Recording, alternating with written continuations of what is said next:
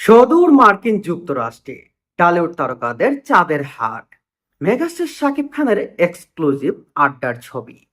New ইয়র্কে একটি cafe শপের সামনে এক ফ্রেমে বন্দী হলেন মেগাস্টার শাকিব খান।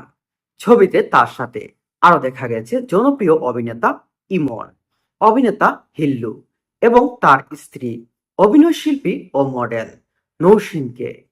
দূরপ্রবাসে টলিউডের এই তারকাকে পূর্ণ মিলনে সোশ্যাল মিডিয়ায় দারুণ সাড়া ফেলেছে। প্রবাসের মাটিতে মেগাস্টার শাকিব খান এবং টলিউড তারকাদের এই আড্ডা, মিষ্টি মুহূর্তগুলো আপনাদের কেমন লেগেছে? সাকিবিয়ানদের ছবিটি ভালো লেগেছে?